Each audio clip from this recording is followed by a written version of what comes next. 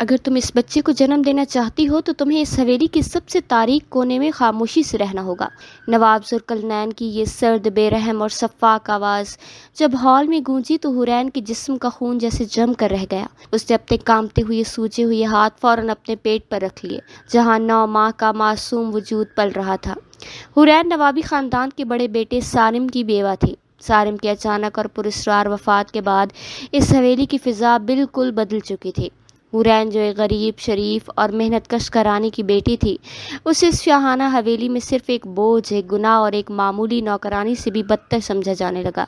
اس کے پاس نہ تو اپنے اور بچے کے علاج کے لیے 1 روپیہ تھا اور نہ ہی سر چھپانے کے لیے کسی دوسری جگہ، اور نہ ہی کوئی ایسی مضبوط سہارا جو اس کے حق کے لیے آواز اٹھا سکے۔ اس کی اپنی بوڑھی ماں کئی سال پہلے انتقال کر چکی تھی اور والد کی حالت ایسی نہ تھی کہ وہ اس نوابی خاندان کے سامنے کھڑے ہو کر اپنی بیٹی کا حق مانگ سکے۔ حورین نے اپنی آنکھوں میں تیرتے ہوئے آبلوں کو روکا، اپنی سسکیوں پر بمشکل قابو پایا اور انتہائی بے چارگی سے نواب ذوالقرنین کے سامنے اپنے گھٹنے ٹیک دیے۔ اس نے لرزتے ہوئے لہجے میں کہا، نواب صاحب، میں آپ سے اپنے لیے کوئی محل، کوئی جائیداد یا کوئی نوابی شان و شوکت نہیں مانگ رہی۔ میں ایک لفظ بھی اپنے حق میں نہیں کہوں گی، لیکن اس بے گناہ بچے پر رحم کیجیے۔ یہ اس حویلی کا خون ہے، سارم کا خون ہے۔ مجھے بس اس بچے کی زندگی، اس کی ادویات اور اس کا شرعی حق چاہیے تاکہ یہ دنیا میں آ کر ایک انسان کی طرح سانس لے سکے۔ میں وعدہ کرتی ہوں کہ میں کبھی آپ کی نوابی شان میں خلل نہیں ڈالوں گی، کبھی کسی کے سامنے اپنا منہ نہیں کھولوں گی اور ہمیشہ آپ کی غلامی میں زندگی گزار دوں گی۔ بس میرے بچے کو بے آسرا نہ کرے۔ حویلی کے اس عظیم الشان زرق برق ہال میں جہاں قیمتی فانوس لٹک رہے تھے اور نایاب قالین بچھے ہوئے تھے، ایک دردناک سکتہ چھایا۔ نواب ذوالقرنین کے چہرے پر ذرا بھر نرمی نہیں آئی۔ وہ اپنی نوابی انانیت اور خاندانی غرور کے نشے میں چور تھے۔ وہ حورین کی ان التجاؤں کو اپنے خاندانی وقار کے خلاف سمجھتے تھے اور ان کے نزدیک ایک معمولی گھرانے کی لڑکی کا ان کی حویلی میں موجود ہونا ہی ایک بڑا داغ تھا۔ اس لمحے حویلی کے مرکزی لکڑی کے بھاری دروازے پر قدموں کی ایک گونجدار، باوقار اور مضبوط آواز ابھری۔ ہال میں موجود تمام ملازمین کی نظریں یک لخت اس طرف اٹھ گئیں۔ نواب ذوالقرنین کا چھوٹا بیٹا زاریان سلطان بیرون ملک سے اپنی اعلیٰ تعلیمی ڈگری مکمل کر کے حویلی میں قدم رکھ رہا تھا۔ زاریان کا قد کاٹ نوابی روب و دبدبے کا عکاس تھا، لیکن اس کی سیاہ آنکھوں میں ایک عجیب قسم کی دانشمندی، سنجیدگی اور عدل کا نور تھا۔ زاریان کو حویلی پہنچتے ہی اپنے بڑے بھائی سارم کی ناگہانی وفات کا صدمہ تو ملا ہی تھا، لیکن جیسے ہی اس نے ہال میں قدم رکھا، اس نے اپنے والد کی بے رحم فیصلے اور حورین کی دردناک التجا کو سنا۔ اس کے قدم وہیں جم گئے اور اس کی پیشانی پر بل پڑ گئے۔ زاریان نے تیزی سے آگے بڑھ کر حورین کے سر پر اپنے ہاتھ کا سایہ کیا اور اسے سہارا دے کر اٹھایا۔ پھر وہ اپنے والد کے سامنے جا کر پوری مضبوطی سے کھڑا ہو گیا۔ اس نے انتہائی سنجیدہ مگر باوقار آواز میں کہا، بابا جان، یہ میں کیا دیکھ رہا ہوں؟ ہمارے گھر کی بہو، میرے مرحوم بھائی کی بیوہ اور ہمارے خاندان کے اس معصوم وارث کے ساتھ یہ کیسا سلوک کیا جا رہا ہے؟ اگر بھائی اس دنیا میں نہیں رہے تو کیا ہمارے اندر کی انسانیت، ہمارا ظرف اور ہمارا خاندانی وقار بھی ختم ہو چکا ہے؟ ہم ایک بیوہ اور اس کے آنے والے بچے کو اس طرح ذلیل و خوار ہونے کے لیے کیسے چھوڑ سکتے ہیں؟ کیا ہم اتنے کم ظرف ہو چکے ہیں کہ اپنے ہی خون کو سڑکوں پر رلنے دیں؟ نواب ذوالقرنین کی آنکھوں میں غصے کی سرخی دوڑ گئی۔ انہوں نے اپنے ہاتھ میں تھامی نوابی چھڑی کو فرش پر مارتے ہوئے کہا، زاریان، تم ابھی بچے ہو، تم نے دنیا کی چالاکیاں نہیں دیکھی، تمہیں خاندانی سیاست، خاندانی وقار اور خون کی پاکیزگی کا اندازہ نہیں۔ یہ لڑکی ہمارے برابر کی خاندانی معیار کی نہیں ہے۔ سارم نے اس سے شادی کر کے پہلے ہی ہمارے خاندانی نام پر ایک داغ لگایا تھا۔ اگر ہم نے اس لڑکی اور اس کے بچے کو سر پر بٹھایا تو یہ پورا علاقہ، ہمارے حریف اور نوابی خاندان ہم پر ہنسیں گے۔ ہم اپنے خون کا سودا کسی معمولی گھرانے کے ساتھ نہیں کر سکتے، تو بھی اس معاملات میں بولنے کا کوئی حق نہیں۔ زاریان نے اپنی نگاہیں آہستہ سے موڑ کر حورین کی طرف دیکھا جو خوف، بھوک، نقاہت اور درد سے دیوار کے سہارے بمشکل کھڑی تھی۔ اس کے چہرے کی زردی اور اس کی آنکھوں کی التجا نے زاریان کے اندر کے ضمیر کو ہلا کر رکھ دیا۔ زاریان نے اپنے والد کی آنکھوں میں آنکھیں ڈال کر انتہائی صاف، واضح اور حتمی لہجے میں کہا، بابا جان، لوگ کیا کہتے ہیں؟ رشتہ دار کیا سوچتے ہیں اور دنیا کیا باتیں بناتی ہے، مجھے اس کی ذرا برابر بھی پرواہ نہیں۔ مجھے صرف اس بات کا علم ہے کہ یہ عورت میرے بھائی کی عزت تھی اور اس کا پیٹ میں پلتا ہوا بچہ میرے خون کا حصہ ہے۔ اگر اس حویلی میں عمل اور انصاف کا قانون ختم ہو چکا ہے تو سن لیجیے آج سے، اور اسی لمحے سے حورین بھابی اور ان کے بچے کی ہر چھوٹی بڑی ذمہ داری، ان کا تحفظ اور ان کا تمام خرچ زاریان سلطان کا ہے۔ میں نے اس حویلی میں سے بے دخل ہرگز نہیں ہونے دوں گا، چاہے اس کے لیے مجھے پورے خاندان کے خلاف ہی کیوں نہ جانا پڑے۔ نواب ذوالقرنین نے غصے میں زاریان کو گھورا اور بغیر کچھ کہے اپنے مطالعے والے کمرے کی طرف چلے گئے، لیکن ان کا چہرہ بتا رہا تھا کہ وہ اتنی آسانی سے ہار ماننے والے انسان نہیں ہیں۔ وہ اپنے فیصلے بدلنے کے عادی نہیں تھے اور زاریان کی یہ بغاوت ان کے لیے ایک گہرا صدمہ تھی۔ حویلی کے تمام ملازمین آپس میں کچھ مسٹرانی کرنے لگے۔ نواب ذوالقرنین کا غصہ اور زاریان کا یہ کھلم کھلا چیلنج حویلی کی تاریخ کا پہلا واقعہ تھا۔ صبا حویلی کی بالکنی میں کھڑی زاریان کے اس انداز پر دانت پیس رہی تھی۔ صبا نے ہمیشہ سے خواب دیکھا تھا کہ وہ زاریان سے شادی کر کے اس حویلی کی بلا شرکت غیر مالکن بنے گی، لیکن زاریان کی حورین اور اس کے بچے کے لیے یہ ہمدردی اس کے لیے ایک زہریلا ناگ بن چکی تھی۔ صبا کے چہرے پر نفرت کی لکیریں ابھر آئی تھیں اور وہ دل ہی دل میں حورین کو اس حویلی سے ہمیشہ کے لیے ختم کرنے کے منصوبے بنانے لگا۔ حورین حویلی کے پچھلے کمرے میں جا کر بے سود بستر پر گر پڑی۔ اس کا جسم درد سے ٹوٹ رہا تھا۔ سارم کی یادیں اس کے دل پر تیر بن کر لگ رہی تھیں۔ سارم ایک انتہائی نرم دل اور محبت کرنے والا انسان تھا، جس نے نواب ذوالقرنین کی شدید مخالفت اور دھمکیوں کے باوجود حورین کا ہاتھ تھاما تھا اور اسے اپنی زندگی کا حصہ بنایا تھا۔ لیکن ایک حادثے نے سارم کی زندگی کا چراغ گل کر دیا اور حورین کو تنہائی کے اندھیروں میں دھکیل دیا۔ حورین بستر پر لیٹی سارم کی تصویر کو اپنے سینے سے لگا کر گھنٹوں روتی رہی۔ اسی رات جب حویلی پر سے اندھیرا چھا چکا تھا اور طوفانی ہوائیں حویلی کے پرانے دروازوں اور کھڑکیوں سے ٹکرا کر خوفناک آوازیں پیدا کر رہی تھیں، حورین کی طبیعت اچانک شدید بگڑ گئی۔ حویلی کے سب سے پچھلے حصے میں واقع ایک چھوٹے تاریک اور سرد کمرے میں جہاں نایاب فرنیچر کی بجائے صرف ایک پرانی چارپائی اور زنگ آلود صندوق رکھا تھا، حورین درد کی شدت سے کرہ رہی تھی۔ اس کے جسم سے ٹھنڈا پسینہ چھوٹ رہا تھا اور اس کی سانسیں اکھڑنے لگی تھیں۔ زچگی کے درد نے اس کے پورے وجود کو جھنجھوڑ کر رکھ دیا، لیکن اس کے پاس کوئی طبی سہولت یا مرہم پٹی موجود نہیں تھی۔ حورین کی خادمہ بانو، جو حویلی میں واحد عورت تھی جو حورین سے ہمدردی رکھتی تھی، گھبرا کر زاریان کے کمرے کی طرف بھاگی۔ زاریان اپنے کمرے میں کھڑکی کے پاس کھڑا حویلی کے بگڑتے ہوئے حالات پر پرسوچ بچار کر رہا تھا۔ بانو نے لرزتے ہوئے ہاتھوں سے دروازہ کھٹکھٹایا۔ چھوٹے نواب صاحب، خدا کے لیے جلدی چلیے، بڑی بیوی کی حالت بہت نازک ہے، ان کا جسم ٹھنڈا پڑ رہا ہے اور وہ درد کی شدت سے بے ہوش ہو رہی ہیں۔ حویلی میں کوئی دوا ہے نہ کوئی مددگار۔ نواب صاحب کے ڈر سے کوئی ملازم آگے نہیں آ رہا۔ زاریان نے بغیر ایک سیکنڈ ضائع کیے اپنے کوٹ کی زپ بند کی اور نیچے بھاگا۔ باہر طوفان بارش شروع ہو چکی تھی اور بجلی کڑک رہی تھی۔ کیچڑ اور اندھیرے کے باوجود زاریان نے اپنی گاڑی نکالی اور کیچڑ سے بھری کچی سڑکوں پر گاڑی کو سوئی کی رفتار سے دوڑایا۔ وہ شہر کے سب سے بڑے اور معروف اسپتال پہنچا اور وہاں کی اس سینئر لیڈی ڈاکٹر شائستہ اور ایک پرانی تجربہ کار دائی مائی الہی کو ایمرجنسی میں اٹھا کر گاڑی میں بٹھایا۔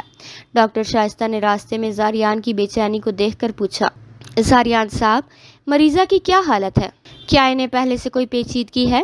زاریان نے مضبوطی سے اسٹیئرنگ پر گرفت جماتے ہوئے کہا، ڈاکٹر صاحبہ، وہ میرے مرحوم بھائی کی بیوہ ہیں اور 9 ماہ کی حاملہ ہیں۔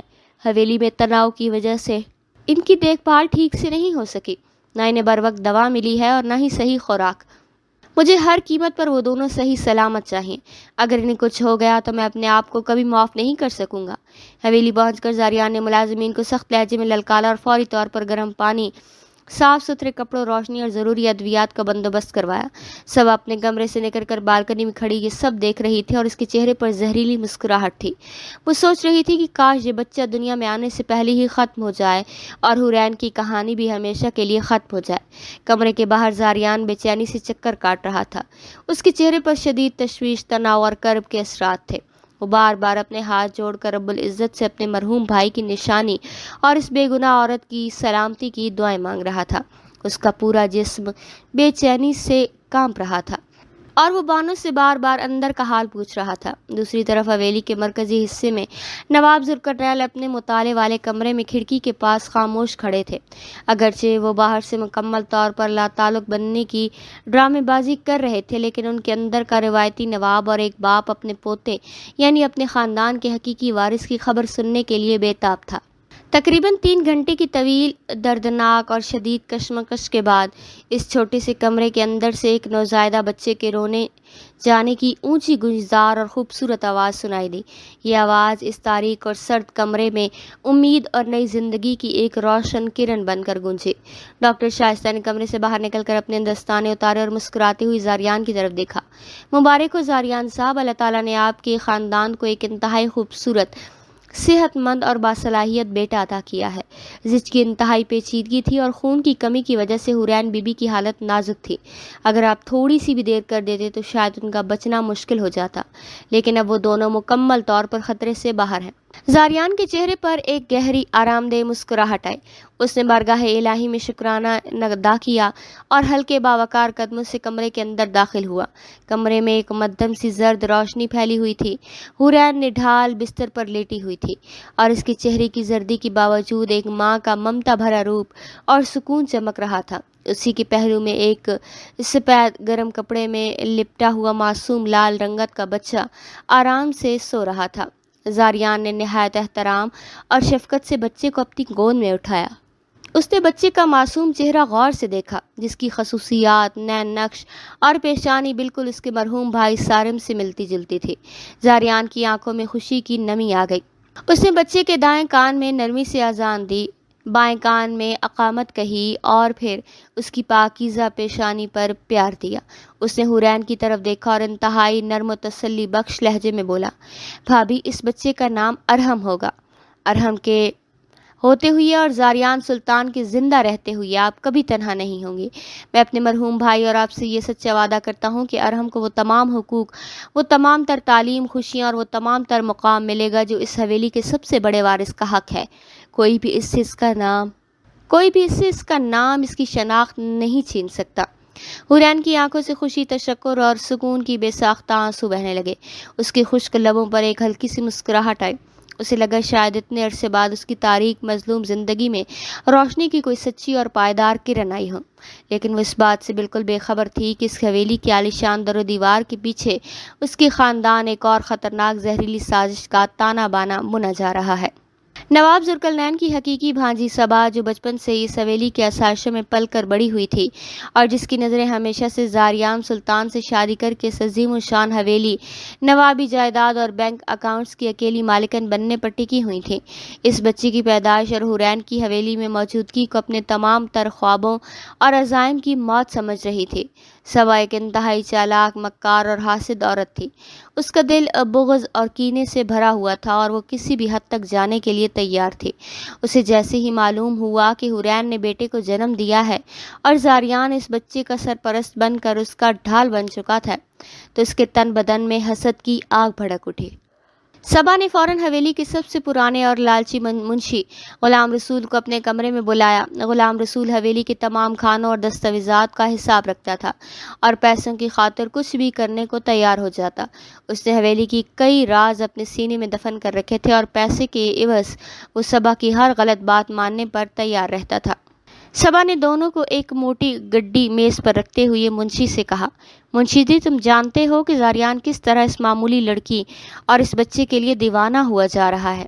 اگر یہ بچہ بڑا ہو گیا تو حویلی کے تمام زرعی فارمز، شوگر ملز اور شہر کی پراپرٹی اس کے نام ہو جائے گی، ہمارے ہاتھ کچھ نہیں آئے گا اور میں سڑک پر آ جاؤں گی۔ ہمیں نواب صاحب کے دل میں یہ بات بٹھانی ہوگی کہ یہ بچہ سارم کا نہیں بلکہ حورین کا کردار شکوک و شبہات سے بھرا ہوا ہے۔ تمہیں ایسے جھوٹے دستاویزات بنانے ہوں گے جن سے ثابت ہو کہ حورین کی سارم سے شادی کے وقت بھی نیت خراب تھی۔ منشی نے لالچ سے نوٹوں کی گڈی اٹھائی، اپنی جیب میں رکھی اور خبیث مسکراہٹ کے ساتھ بولا، بی بی جی، آپ فکر نہ کریں، میں نواب صاحب کے سامنے ایسے فرضی کاغذات، پرانی رسیدیں اور پرانی باتوں کے جال بنوں گا کہ نواب صاحب کا خون کھول اٹھے گا اور وہ خود اس بچے اور عورت کو دھکے دے کر نکال دیں گے۔ زاریان صاحب بھی کچھ نہیں کر پائیں گے۔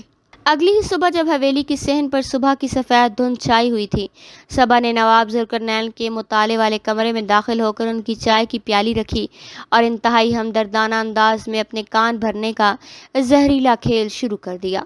ماموں جان، مجھے آپ کی اور اس خاندانی وقار کی شدید فکر ہو رہی ہے۔ میں رات بھر سو نہیں سکی کہ آپ دیکھ نہیں رہے کہ زاریان کس طرح اس معمولی لڑکی کے سحر میں آتا جا رہا ہے۔ وہ اپنی سچی بات بھول چکا ہے۔ اس نے خاندان کے تمام اصولوں کو بالائے طاق رکھ دیا۔ اگر وہ لڑکی اور اس کا بچہ اس حویلی میں اسی طرح جم کر بیٹھ گئے تو کل کو زاریان اس بچے کو ہی تمام جائیداد، زراعت اور کاروبار کا اکیلا مالک بنا دے گا، اور وہ لڑکی جو کل تک نوکرانیوں کی طرح رہتی تھی اس حویلی کی حقیقی مالکن بن کر ہم پر حکم چلانے لگے گی۔ ہمیں فوراً کوئی ایسا راستہ نکالنا ہوگا جس سے یہ لڑکی خود بدنام ہو کر اس حویلی سے بھاگنے پر مجبور ہو جائے۔ نواب ذوالقرنین، جو پہلے ہی اپنے بیٹے زاریان کی بغاوت اور نوابی شان میں لچک نہ آنے دینے کے فیصلے سے شدید غصے میں تھے، صبا کی اس زہریلی منطق کے جال میں پھنس گئے۔ انہوں نے اپنے چہرے کو سخت کیا اور اگلے ہی لمحے زاریان کو اپنے پاس بلوا بھیجا۔ ان کا ارادہ اب زاریان کو ایک ایسے راستے پر لانا تھا جہاں وہ صبا کی بات ماننے پر مجبور ہو جاتے۔ زاریان جب کمرے میں آیا تو نواب ذوالقرنین نے بغیر کسی تمہید کے انتہائی تلخ اور حتمی لہجے میں کہا، زاریان، میں نے تمہاری خوشی کے لیے اس لڑکی اور اس بچے کو فی الحال حویلی میں رہنے دیا ہے، لیکن میرا فیصلہ سنو۔ اگر تم جانتے ہو کہ حورین اس بچے کو ہمیشہ اس حویلی میں محفوظ رہیں اور انہیں ہماری جائیداد سے حصہ ملے تو تمہیں اگلے ہی ہفتے صبا سے شادی کرنی ہوگی۔ صبا اس خاندان کی بیٹی ہے اور اس حویلی کی مالکن بننے کے لائق ہے۔ یہی اس خاندان کی بچت اور تمہاری بہتری کا واحد حل ہے۔ اگر تم نے انکار کیا تو میں حورین کو اسی وقت حویلی سے نکال دوں گا۔ زاریان نے حیرت اور حقارت سے صبا اور پھر اپنے والد کی طرف دیکھا۔ اس نے گردن اکڑا کر صاف اور واضح الفاظ میں انکار کر دیا۔ بابا جان، میں آپ کو پہلے بھی بتا چکا ہوں اور آج بھی آخری بار کہہ رہا ہوں، شادی کوئی سیاسی معاہدہ یا جائیداد کی تقسیم کا ذریعہ نہیں ہے۔ میں صبا سے کبھی شادی نہیں کر سکتا کیونکہ میں اس کی نیت اور اس کے حاسدانہ رویے سے واقف ہوں۔ میری زندگی کا فی الوقت صرف ایک ہی مقصد ہے اور وہ ہے اپنے مرحوم بھائی کی عزت، حورین بھابھی کی حفاظت کرنا اور ارحم کو اس کا جائز مقام دلانا۔ اگر آپ کو میری یہ بات قبول نہیں تو مجھے مجبور نہ کیجیے، میں ہر قیمت چکانے کے لیے تیار ہوں۔ جب یہ تلخ بات چیت اور شادی کی شرط حویلی کے خادموں کے ذریعے حورین کے کانوں تک پہنچی تو اس کا دل دہل گیا۔ حورین ایک غیرت مند اور شریف عورت تھی۔ اس نے سوچا کہ زاریان ایک انتہائی نیک، با اخلاق اور باصلاحیت انسان ہے جو صرف اس کی اور اس کے بچی کی خاطر اپنے باپ کے غصے کا سامنا کر رہا ہے۔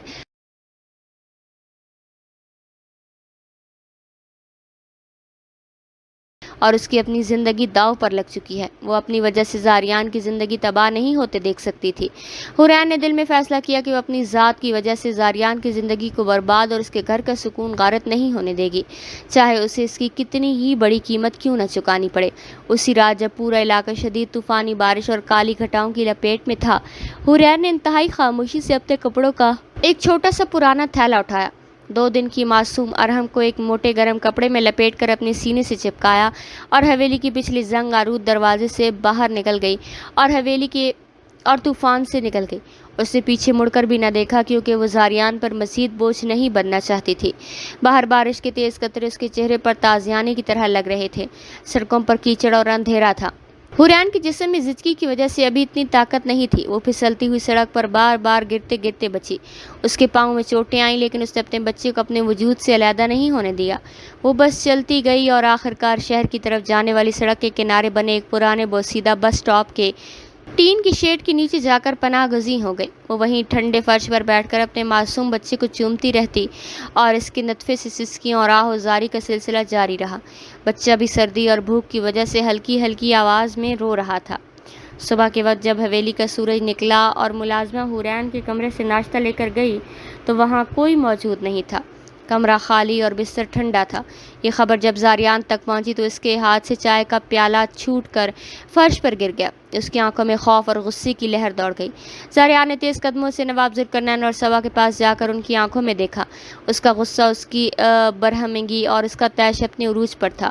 اس نے للکارتے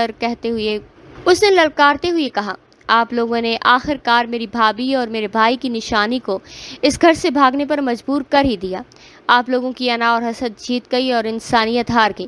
لیکن یاد رکھیے، اگر آج طوفان اور بارش میں میرے بھائی کی امانت یا اس کے بچے کو ایک خراش بھی آئی تو زاریان سلطان اس حویلی، اس جائیداد اور اس نوابی نام کو ہمیشہ کے لیے خیر آباد کہہ دے گا، اور میں دوبارہ کبھی اس گھر کی دہلیز پر قدم نہیں رکھوں گا۔ میں ان کو ڈھونڈ کر لاؤں گا اور اگر ضرورت پڑی تو میں اس حویلی کا نام و نشان مٹا دوں گا۔ صبا اور نواب ذوالقرنین زاریان کا یہ روپ دیکھ کر دنگ رہ گئے۔ زاریان نے اپنی گاڑی کی چابی اٹھائی اور تیز بارش میں گاڑی کی رفتار تیز کرتے ہوئے حورین کی تلاش میں نکل پڑا۔ زاریان نے اپنی گاڑی کو طوفانی بارش اور کیچڑ سے بھری سڑکوں پر دوڑایا۔ اس کا دل زور زور سے دھڑک رہا تھا۔ اس نے شہر کے تمام بس سٹینڈز، ریلوے اسٹیشنوں، پرانے محلوں، ہسپتالوں اور مسافر خانوں کو ایک ایک کر کے چھان مارا، لیکن حورین کا کوئی سراغ نہیں مل رہا تھا۔ اس نے اپنے دوستوں اور پولیس افسران کو بھی فون کی مدد کی۔ 3 گھنٹے کی مسلسل اور تھکا دینے والی تلاش کے بعد جب زاویار کی امیدیں ٹوٹنے لگیں اور اس کا دل خوف سے بیٹھا تھا تو اس کی نظر اچانک سڑک کے کنارے بنے اسی بوسیدہ بس سٹاپ کی شیڈ پر گئی۔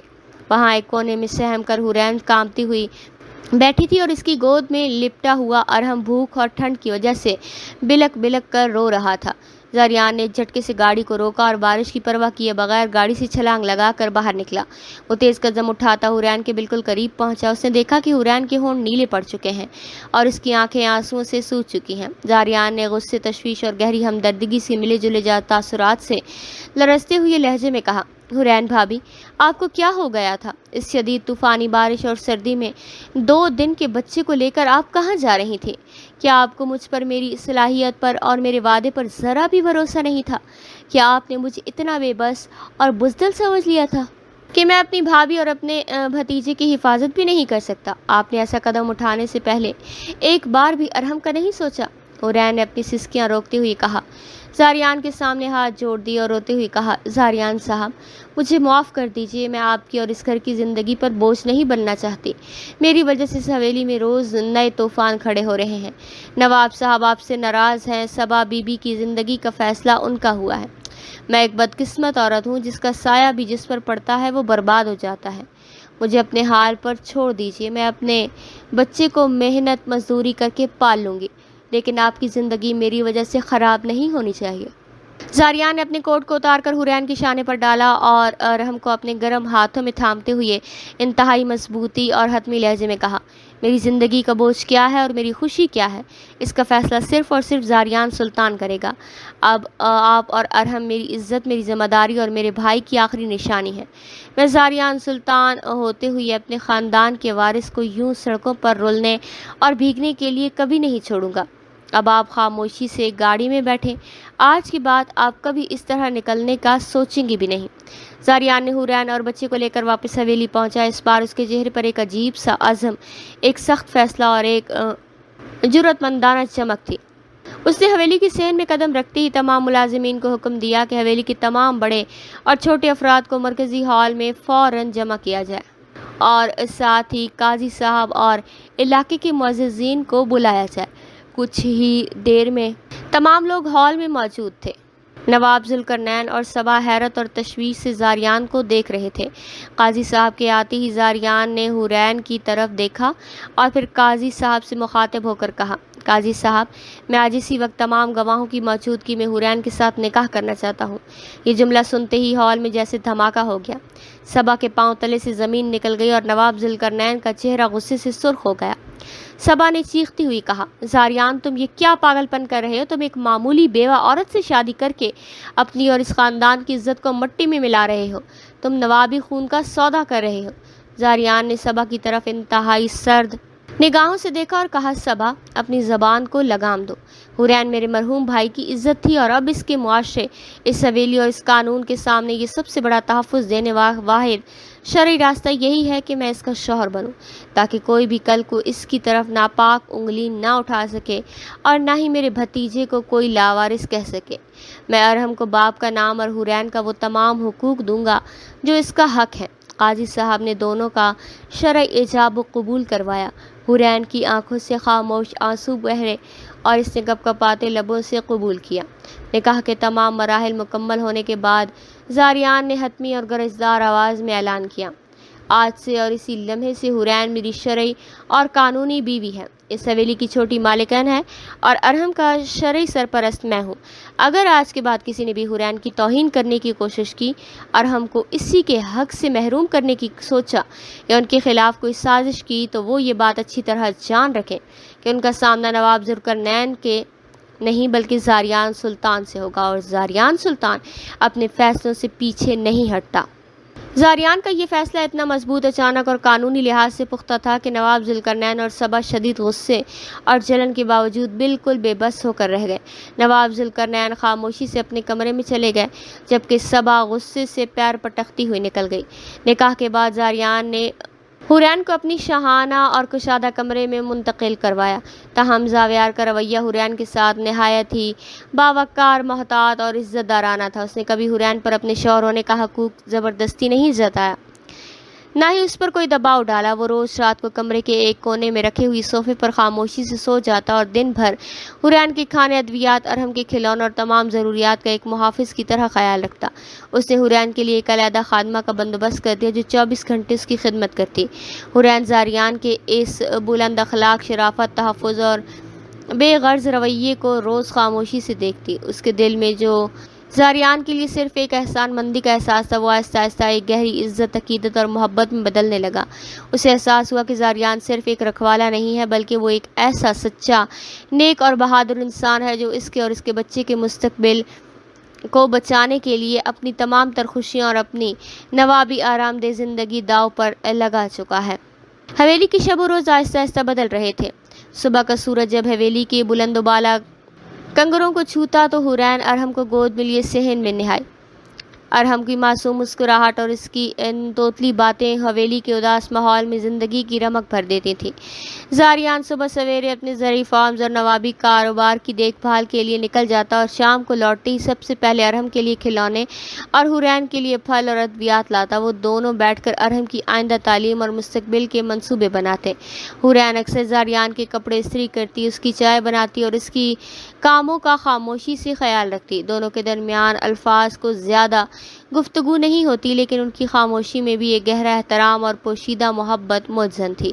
زاریان بھی اب حورین کی مسکراہٹ پر سکون محسوس کرنے لگا تھا، اور اس کی زندگی میں جو خالی پن بھائی کی وفات سے آیا وہ اس حورین اور ارحم کے ساتھ ہی بھر رہا تھا۔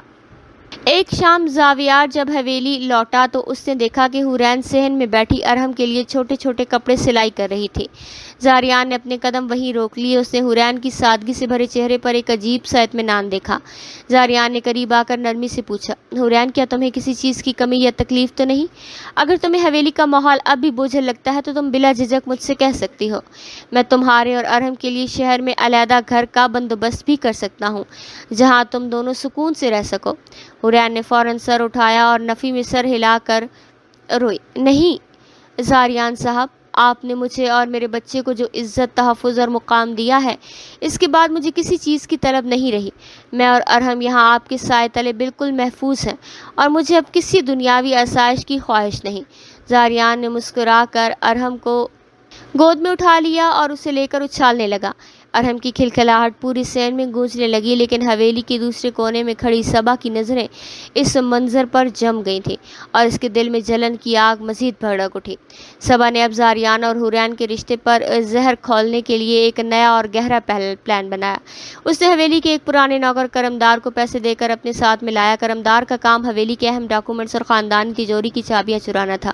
سبا جانتی تھی کہ نواب ذوالقرنین اپنی جائیداد کے معاملے میں انتہائی حساس ہیں، اور اگر جائیداد کی چوری کا الزام حورین پر لگ جائے تو نواب صاحب اسے ایک لمحے کے لیے بھی حویلی میں نہیں آنے دیں گے اور زاریان بھی شکوک کا شکار ہو جائے گا۔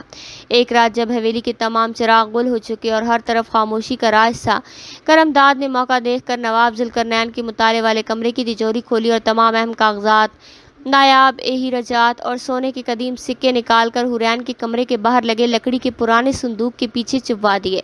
سبا دور کھڑی مسکرا رہی تھی اور اپنی کامیابی کا جشن منا رہی تھی۔ اگلی صبح جب نواب ذوالقرنین نے اپنے مطالعے والے کمرے میں تجوری کا دروازہ کھلا دیکھا تو اس کے پاؤں تلے سے زمین نکل گئی۔ حویلی میں ہنگامہ برپا ہو گیا۔ نواب ذوالقرنین نے فوراً تمام ملازمین اور گھر کے افراد کو ہال میں جمع کر لیا اور شکوک و شبہات کی تلواریں چلنے لگیں۔ صبا نے لمحہ ضائع کیے بغیر اپنی چال چلی اور معصوم بن کر بولی، مامو جان رات کو میں نے حورین کے کمرے کے پاس کسی کو جاتے دیکھا۔ ویسے بھی حورین غریب گھرانے سے ہے اور اب وہ اس کا بچہ اس جائیداد پر اپنا حق چاہتے ہیں۔ مجھے لگتا ہے کہ یہ کام اسی کا ہے تاکہ وہ کاغذات اور زیورات اپنے گھر والوں کے پاس بھیج سکے اور بعد میں بلیک میل کرے۔ نواب ذوالقرنین نے غصے سے حورین کی طرف دیکھا اور کہا، حورین، کیا یہ سچ ہے؟ کیا تم نے ہمارے خاندانی اعتماد کا یہ صلہ دیا ہے؟ ہم نے تمہیں سر چھپانے کے لیے جگہ دی اور تم نے ہماری تجوری صاف کر دی۔ حورین کا رنگ فک ہو گیا اور اس کی آنکھوں سے آنسو بہنے لگے اور وہ لرزتے ہوئے لہجے میں بولی، نواب صاحب، میں خدا کی قسم کھا کر کہتی ہوں، میں نے ایسا کوئی کام نہیں کیا۔ میں اس حویلی کا 1 روپیہ بھی حرام سمجھتی ہوں۔ میں نے کبھی تجوری والے کمرے کی طرف نہیں گئی۔ اس وقت زاریان آگے بڑھا۔ اس کے چہرے پر ذرا برابر بھی تشویش یا شکوک کے اثرات نہیں تھے۔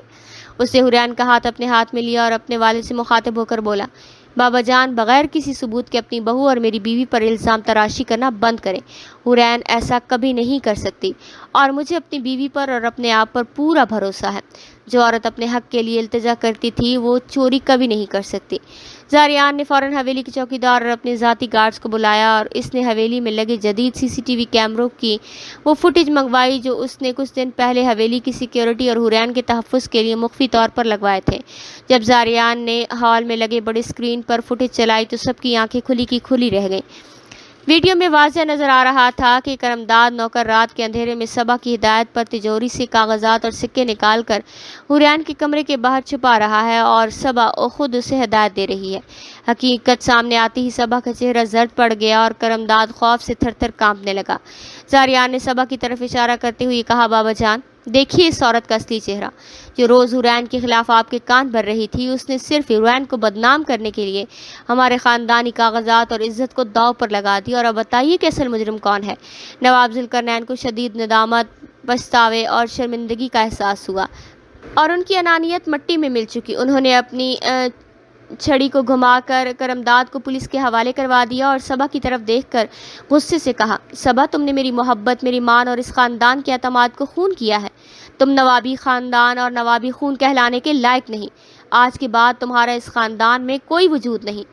فوراً اپنے کپڑے سمیٹ کر یہاں سے نکل جاؤ اور دوبارہ کبھی اس گھر کا رخ نہ کرنا۔ صبا ذلیل و خوار ہو کر اپنے آنسو بہاتی ہوئی حویلی سے چلی گئی اور اس کے جانے کے بعد حویلی پر چھائے حسد، نا اتفاقی اور سازشوں کے تمام سیاہ بادل ہمیشہ کے لیے ختم ہو چکے۔ نواب ذوالقرنین نے خود آگے بڑھ کر حورین سے اپنے ماضی کی تمام رویوں، تلخ جملوں اور الزام تراشی کی معافی مانگی۔ ان کی آنکھوں میں سجے پچھتاوے کے آنسو تھے۔ انہوں نے ارحم کو اپنی گود میں اٹھایا اور اس کا ماتھا چوما اور گرجدار آواز میں اعلان کیا کہ اب اس حویلی کی تمام زراعت، شوگر ملز اور نوابی کاروبار کی دیکھ بھال زاریان کرے گا اور ارحم اس خاندان کا سچا بڑا اور اکیلا وارث ہوگا۔